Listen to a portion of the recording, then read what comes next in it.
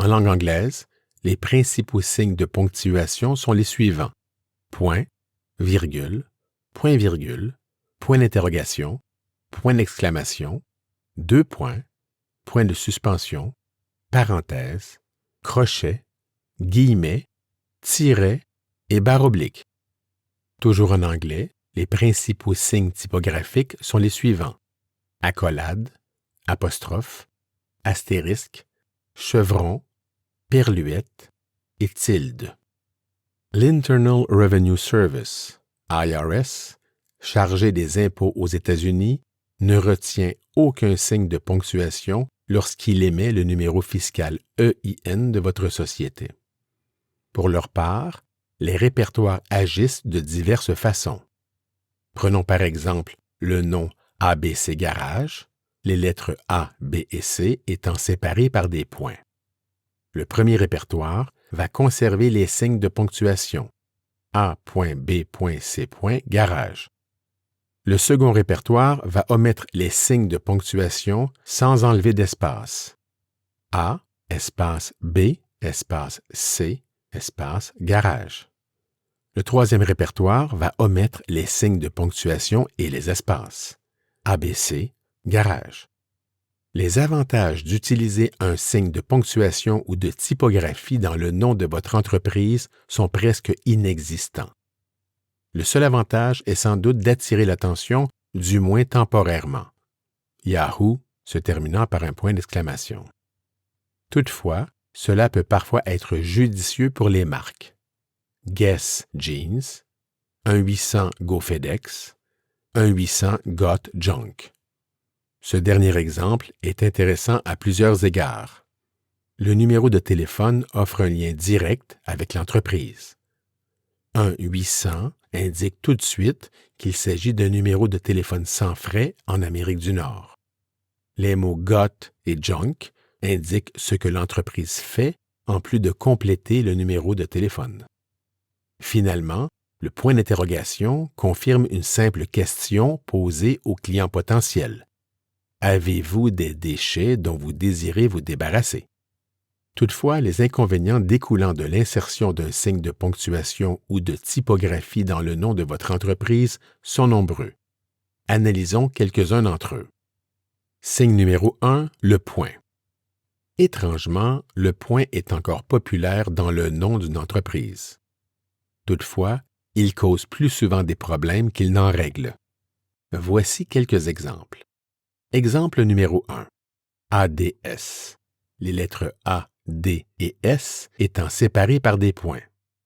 À l'oral, comment allez-vous dire le nom de votre société? A.D.S.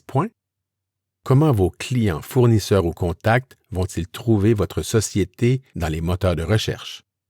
Comment vont-ils écrire le nom de votre société dans leurs contacts, leurs registres, leurs bases de données? Comment vont-ils deviner votre nom de domaine? Exemple numéro 2, Inc. Généralement, un point sera placé à la fin de la version courte d'un identificateur corporatif. Inc. pour Incorporated. Corp. pour Corporation. Exemple numéro 3, US. En théorie, la règle est de séparer ces deux initiales par des points. En pratique, certains indiquent les points, d'autres non. Exemple numéro 4, USA. Règle générale, il n'y a pas de point entre ces lettres. Signe numéro 2, le point d'exclamation. Le point d'exclamation a été popularisé par Yahoo. Ce signe de ponctuation offre une image d'énergie, d'excitation. Remarquez que Yahoo est la seule entreprise connue à utiliser un point d'exclamation dans son nom d'entreprise. Signe numéro 3, le trait d'union ou tiret.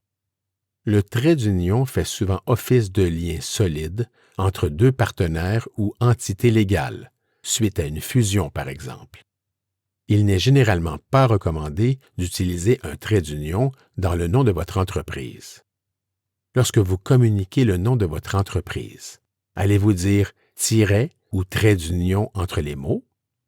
Certains de vos clients indiqueront le tiret, d'autres non, ceci entraînant deux versions de votre nom d'entreprise. vous devrez réserver 2 noms de domaine afin de faciliter la tâche aux clients potentiels qui chercheront votre entreprise sur Internet. coca-cola.com et coca-cola.com. Signe numéro 4. La perluette. Au niveau graphique, la perluette est intéressante, mais son utilisation dans le nom de votre entreprise n'est pas recommandée. Par exemple, Paul & Jane, le mot « and » étant remplacé par une perluette. À l'oral, comment allez-vous dire le nom de votre entreprise? Comment vos clients, fournisseurs et contacts vont-ils trouver votre entreprise dans les moteurs de recherche? Comment vont-ils deviner votre nom de domaine? Comment vont-ils l'écrire, avec ou sans espace? À ce jour, un nom de domaine ne peut pas contenir de perluette. Celle-ci devra donc être remplacée par le mot « and » ou par la contraction « n », ce qui ajoute 2 versions différentes de votre nom d'entreprise. Signe numéro 5, l'apostrophe. L'apostrophe est utilisée dans au moins 3 cas. Cas numéro 1. Elle fait partie du nom d'une personne. O'Reilly Auto Repairs. Cas numéro 2. Elle indique la possession. McDonald's. Chez McDonald. Cas numéro 3. Elle indique l'omission d'une ou plusieurs lettres dans une contraction. Park and Fly. Park and Fly. Signe numéro 6, la virgule. La virgule est parfois utilisée dans le nom d'une entreprise américaine. Bodson, Taylor & Craft. Elle est aussi parfois utilisée afin de séparer le nom de son identifiant légal.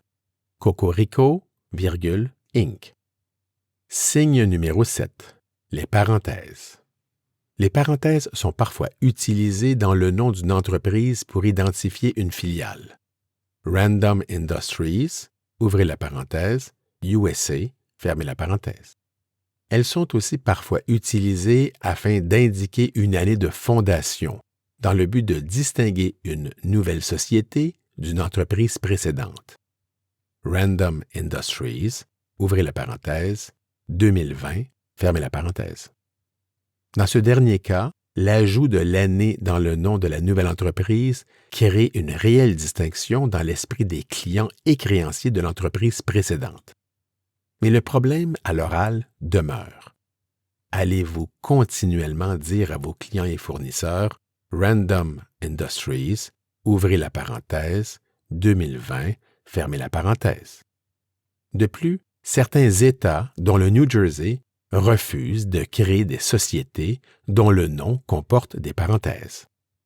Enfin, voici 3 points que vous devriez retenir. Point 1. Un État américain peut refuser le nom que vous soumettrez pour votre nouvelle société à cause de signes de ponctuation ou de typographie. Par conséquent, le nom de votre entreprise devrait donc contenir exclusivement des lettres de l'alphabet latin, des chiffres arabes ou des chiffres romains. Point 2. D'octobre 1998 à mai 1999, Google était connu sous Google avec point d'exclamation. Et ce signe de ponctuation a vite été enlevé pour ne plus jamais revenir, ce qui fut une bonne décision. Pour leur part, Bill Gates et Paul Allen ont commencé à faire affaire ensemble sous le nom Micro-Soft, avant d'éliminer le trait d'union et joindre les 2 mots. Point 3. Dans le répertoire Fortune 500, le nom de 13 sociétés contient une perluette, dont 8 avec espace et 5 sans espace. Le nom de 9 sociétés contient une apostrophe. Le nom de 10 sociétés contient des points. Le nom de 12 sociétés contient un trait d'union. Un seul nom contient des guillemets.